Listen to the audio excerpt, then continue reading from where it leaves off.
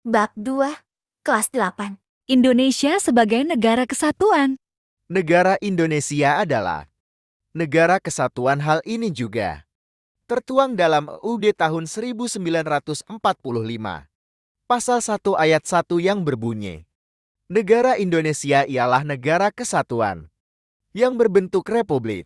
Negara Republik Indonesia sebagai negara kesatuan dalam penyelenggaraan pemerintahannya menganut asas desentralisasi, dekonsentrasi, dan tugas pembantuan.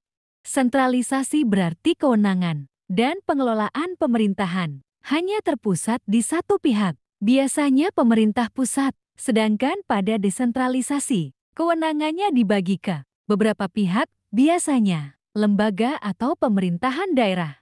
Tujuan sistem sentralisasi tentunya, sistem ini memiliki tujuan. Tujuan dari sentralisasi adalah mencegah setiap daerah menjadi mandiri yang berpotensi pada konflik, kepentingan atau bahkan memisahkan diri, memudahkan penerapan kebijakan umum dan pelaksanaannya di setiap daerah.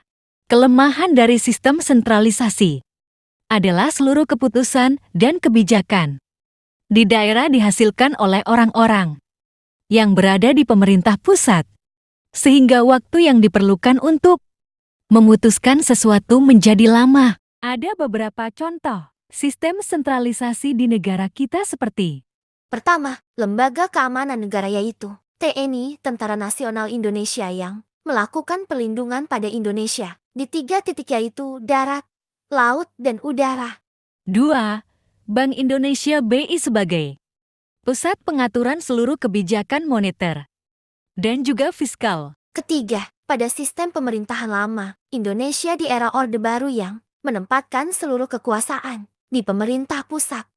Namun, saat ini, pemerintahan Indonesia yang baru hanya bisa menerapkan sentralisasi pada bidang tertentu seperti hubungan internasional, keadilan, pertahanan dan keamanan, keuangan, dan pemerintahan umum.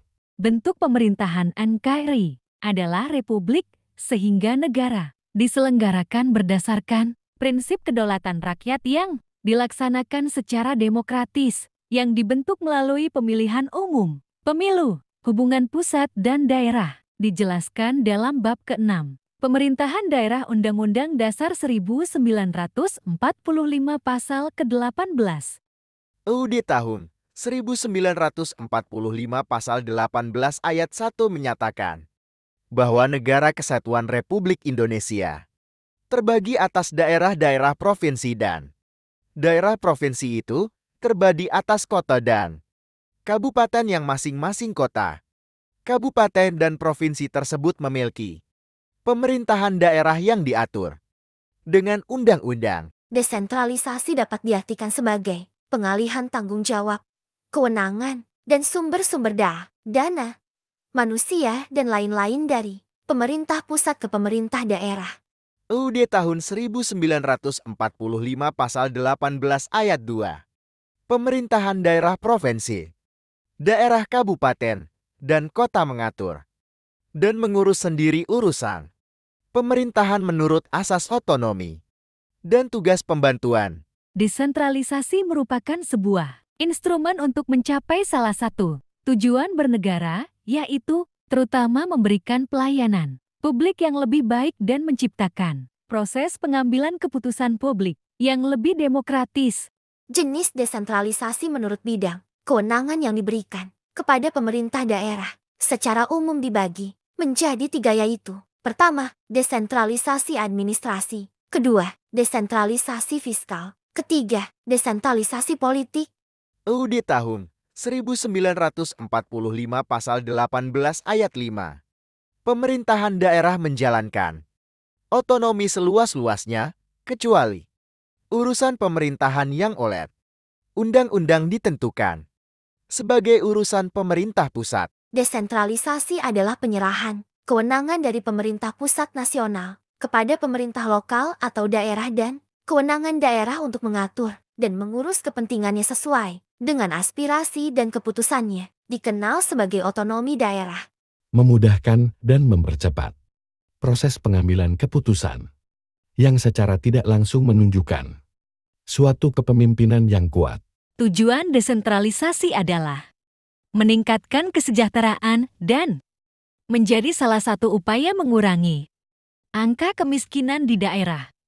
Salah satu fokus desentralisasi adalah pembangunan daerah tertinggal.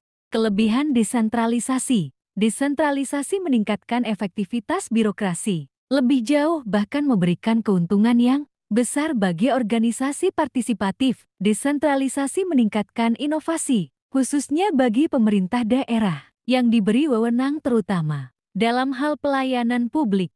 Kita harus menjaga keutuhan NKRI untuk menghargai jasa-jasa para pahlawan yang sudah berjuang demi bangsa Indonesia, agar negara Indonesia tidak mengalami serangan dari negara lain, agar negara kita tidak terpecah belah, agar masyarakat dapat hidup dengan aman, nyaman, dan damai. Di lingkungan sekolah. 1. Mengikuti upaya bendera yang dilaksanakan setiap hari Senin. 2. Berpartisipasi dalam mengumpulkan sumbangan untuk menolong korban bencana alam atau teman yang sedang dalam bencana. 3. Menjaga toleransi antar warga sekolah yang berbeda ras, agama, dan suku. Terima kasih.